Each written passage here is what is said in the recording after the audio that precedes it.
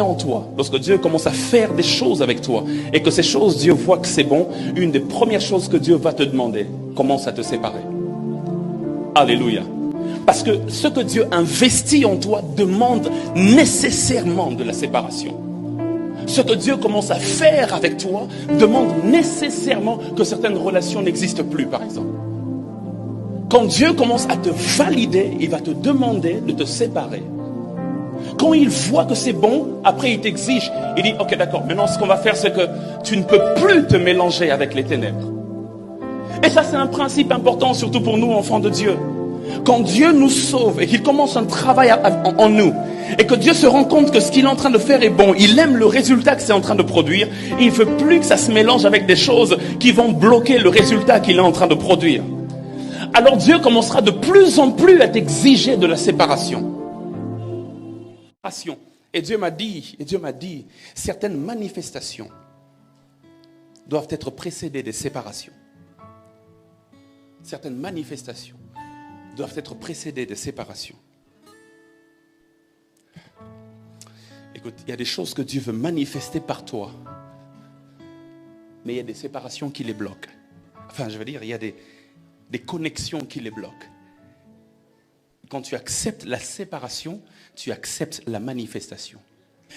S'il n'y a pas séparation, ça m'empêche de produire. Et Dieu m'a dit de dire à quelqu'un, jusque-là, il veut produire des choses dans ta vie. Il y a des choses que tu as demandées et que Dieu a même décidé de faire.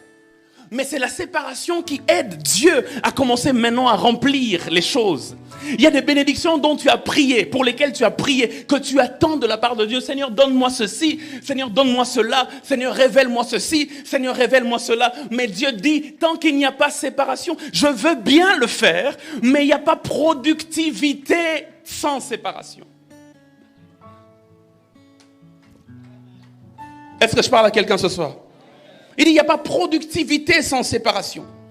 Tu ne peux pas libérer tout ton potentiel, toutes les richesses enfouies en toi, si tu n'apprends pas le principe de la séparation. Dans la création, Dieu a séparé le ciel avec la terre. Il a séparé la lumière avec les ténèbres. Il a séparé les eaux du dessus des eaux d'en dessous. Il a séparé les eaux d'en dessous avec la terre. Ensuite, c'est seulement après qu'il a commencé à peupler chaque cadre de vie. Dieu veut peupler ta vie de beaucoup de choses. Dieu veut emmener dans ta vie beaucoup de faveurs et beaucoup de grâce. Et parfois, la seule chose qui t'empêche de saisir cela, c'est que tu es trop mélangé. Amen. Là, dans Genèse 13, 14, il s'agit comment on appelle? Il s'agit du père de la foi. Il s'agit d'Abraham. La Bible dit, l'Éternel dit à Abraham, après que Lot se fut séparé de lui, lève les yeux du lieu où tu es, regarde. Il y a des révélations que tu n'auras pas tant que Lot est là. Quand Lot s'est séparé d'Abraham, alors Dieu dit à Abraham, maintenant je vais te révéler des choses que tu ne voyais pas avant. Il dit, maintenant lève les yeux et regarde. Et quand il lève les yeux et il regarde, Dieu dit, tout ce que tu vois, je le donnerai à toi et à ta postérité. Frères et sœurs, il y a des révélations de Dieu. Il y a des extensions que Dieu veut nous montrer, mais qu'il ne peut pas nous montrer.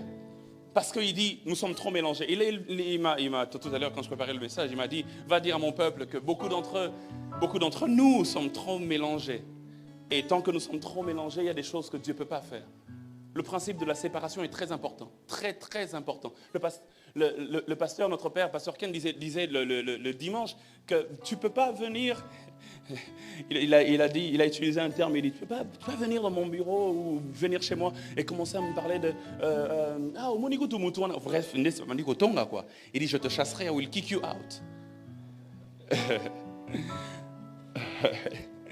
Dieu ne veut pas de certaines connexions et Dieu demande certaines séparations pour nous emmener vers d'autres choses. Et toute ma vie, j'ai dû apprendre encore et encore le principe de la séparation. Il y a un premier lot qui était fait, ensuite un second, ensuite un troisième. Toute ma vie, j'ai dû apprendre encore et encore à me détacher afin de laisser à ce que le travail que Dieu fait continue d'être fait. Alléluia. 2 Corinthiens chapitre 6, verset 17, la Bible déclare, c'est pourquoi sortez du milieu d'eux et séparez-vous, dit le Seigneur. Ne touchez pas à ce qui est impur, et dit, et je vous accueillerai. Parfois, je veux vous accueillir. Et nous connaissons les délices et le bonheur qu'il y a dans le fait d'être accueilli par Dieu. Dans Jérémie chapitre 15, verset 19, il dit, c'est pourquoi ainsi parle l'Éternel, si tu te rattaches à moi, je te répondrai. Tu te tiendras devant moi. Et dit, et si tu sépares ce qui est précieux de ce qui est vil, tu seras comme ma bouche. Amen. Hein? Il y a des paroles que Dieu veut mettre dans ta bouche. Mais il dit, il faut que tu sépares ce qui est précieux de ce qui est vil.